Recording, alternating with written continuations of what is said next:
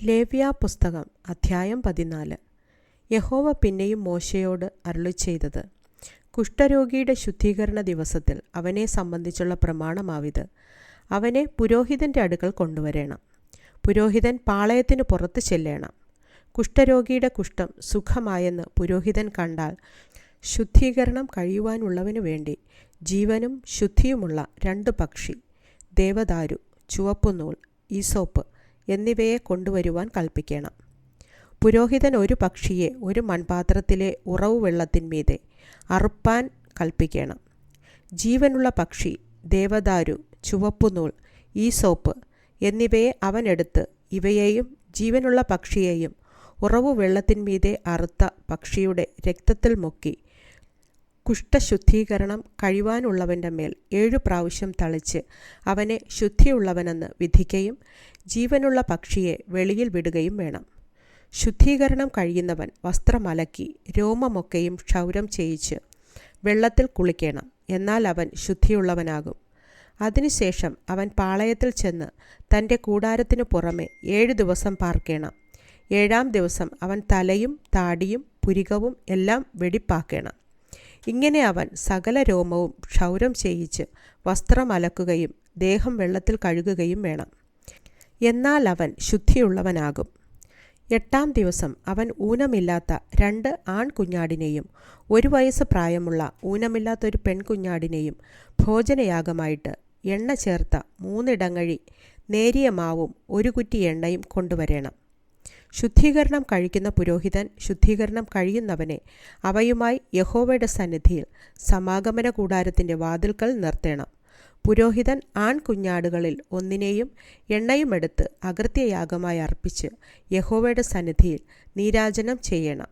അവൻ വിശുദ്ധ മന്ദിരത്തിൽ പാപയാഗത്തെയും ഹോമയാഗത്തെയും അറുക്കുന്ന ഇടത്ത് വച്ച് കുഞ്ഞാടിനെ അറുക്കണം.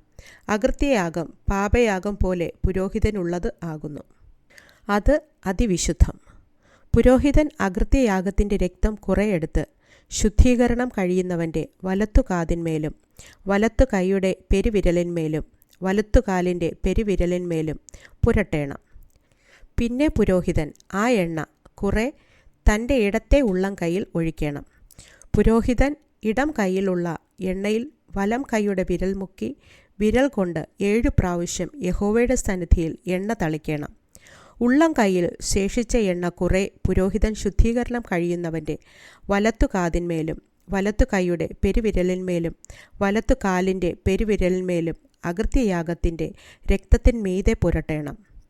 പുരോഹിതൻ്റെ ഉള്ളം കൈയിൽ ശേഷിപ്പുള്ള എണ്ണ അവൻ ശുദ്ധീകരണം കഴിയുന്നവൻ്റെ തലയിലൊഴിച്ച് യഹോവയുടെ സന്നിധിയിൽ അവനു വേണ്ടി പ്രായശ്ചിത്തം കഴിക്കണം. പുരോഹിതൻ പാപയാഗം അർപ്പിച്ച് അശുദ്ധി പോക്കി ശുദ്ധീകരിക്കപ്പെടുന്നതിനു വേണ്ടി പ്രായശ്ചിത്തം കഴിച്ച ശേഷം ഹോമയാഗ മൃഗത്തെ അറുക്കണം.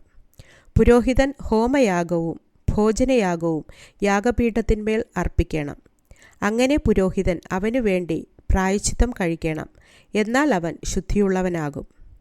അവൻ ദരിദ്രനും അത്രയ്ക്ക് വകയില്ലാത്തവനുമാകുന്നുവെങ്കിൽ തനിക്കു വേണ്ടി പ്രായശ്ചിത്തം കഴിക്കേണ്ടതിന് നീരാജനത്തിനായി അകൃത്യയാഗമായിട്ട് 1 കുഞ്ഞാടിനെയും ഭോജനയാഗമായിട്ട് എണ്ണ ചേർത്ത 1 ഇടങ്ങഴി നേരിയ മാവും 1 കുറ്റി എണ്ണയും പ്രാപ്തി പോലെ 2 കുറുപ്രാവിനെയോ 2 പ്രാവിൻ കുഞ്ഞിനെയോ ഒന്നിനെ പാപയാഗമായിട്ടും മറ്റേതിനെ ഹോമയാഗമായിട്ടും എടുത്ത് തൻ്റെ ശുദ്ധീകരണത്തിനായി 8-ാം ദിവസം സമാഗമന കൂടാരത്തിൻ്റെ വാതിൽക്കൽ യഹോവയുടെ സന്നിധിയിൽ പുരോഹിതൻ്റെ അടുക്കൽ കൊണ്ടുവരേണം.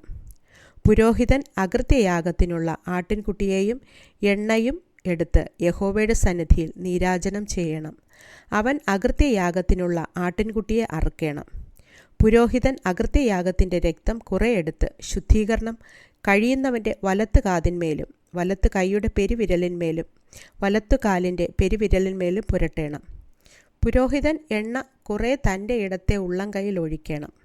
പുരോഹിതൻ ഇടത്തു കൈയിലുള്ള എണ്ണ കുറെ വലത്തു കൈയുടെ വിരൽ കൊണ്ട് യഹോവയുടെ സന്നിധിയിൽ 7 പ്രാവശ്യം തളിക്കണം.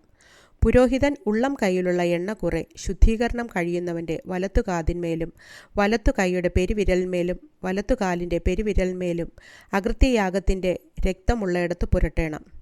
പുരോഹിതൻ ഉള്ളം കൈയിൽ ശേഷിപ്പുള്ള എണ്ണ അവൻ ശുദ്ധീകരണം കഴിയുന്നവൻ്റെ തലയിലൊഴിച്ച് അവനു വേണ്ടി യഹോവയുടെ സന്നിധിയിൽ പ്രായശ്ചിത്തം കഴിക്കണം.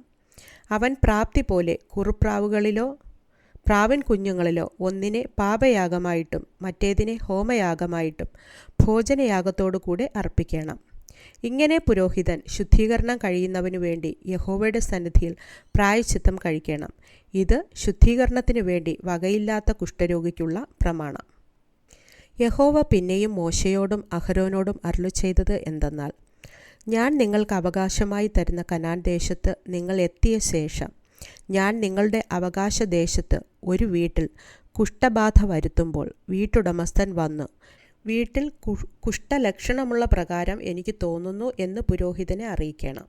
അപ്പോൾ വീട്ടിലുള്ള സകലവും അശുദ്ധമാകാതിരിപ്പാൻ പുരോഹിതൻ വടു നോക്കേണ്ടതിന് ചെല്ലും മുമ്പേ വീട് ഒഴിച്ചിടുവാൻ കൽപ്പിക്കണം.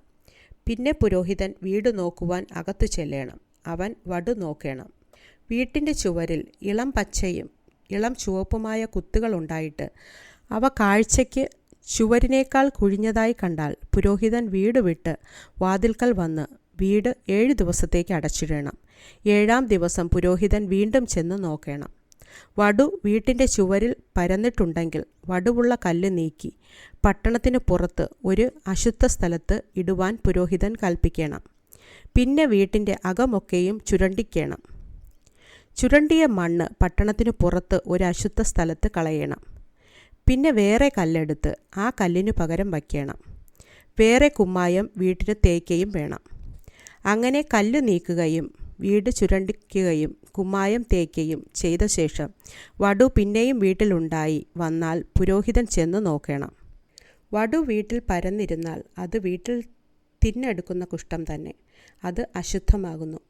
വീട്ടിൻ്റെ കല്ലും മരവും കുമ്മായവും ഇടിച്ചു പൊളിച്ച് പട്ടണത്തിനു പുറത്ത് ഒരു അശുദ്ധ സ്ഥലത്ത് കൊണ്ടുപോയി കളയണം. വീട് അടച്ചിരുന്ന കാലത്ത് എപ്പോഴെങ്കിലും അതിനകത്ത് കടക്കുന്നവൻ സന്ധ്യ വരെ അശുദ്ധിയുള്ളവനായിരിക്കണം. വീട്ടിൽ കിടക്കുന്നവൻ വസ്ത്രം അലക്കണം. ആ വീട്ടിൽ വച്ച് ഭക്ഷണം കഴിക്കുന്നവനും വസ്ത്രം അലക്കണം. വീട്ടിന് കുമ്മായം തേച്ച ശേഷം പുരോഹിതൻ അകത്തു ചെന്ന് നോക്കി വീട്ടിൽ വടു പരന്നിട്ടില്ല എന്ന് കണ്ടാൽ വടു മാറിപ്പോയതുകൊണ്ട് പുരോഹിതൻ ആ വീട് ശുദ്ധിയുള്ളത് എന്ന് വിധിക്കണം.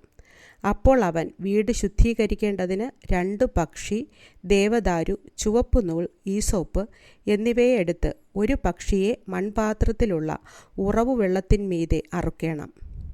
പിന്നെ ദേവദാരു, ഈസോപ്പ്, ചുവപ്പുനൂൽ, ജീവനുള്ള പക്ഷി എന്നിവയെ എടുത്ത് അറുത്ത പക്ഷിയുടെ രക്തത്തിലും ഉറവു വെള്ളത്തിലും മുക്കി വീട്ടിന്മേൽ 7 പ്രാവശ്യം തളിക്കണം. പക്ഷിയുടെ രക്തം, ഉറവു വെള്ളം, ജീവനുള്ള പക്ഷി, ദേവദാരു, ഈസോപ്പ്, ചുവപ്പുനൂൽ എന്നിവയെക്കൊണ്ട് വീട് ശുദ്ധീകരിക്കണം. ജീവനുള്ള പക്ഷിയെ പട്ടണത്തിനു പുറത്ത് വെളിയിൽ വിടണം. അങ്ങനെ വീട്ടിനു വേണ്ടി പ്രായശ്ചിത്തം കഴിക്കണം. എന്നാൽ അത് ശുദ്ധമാകും.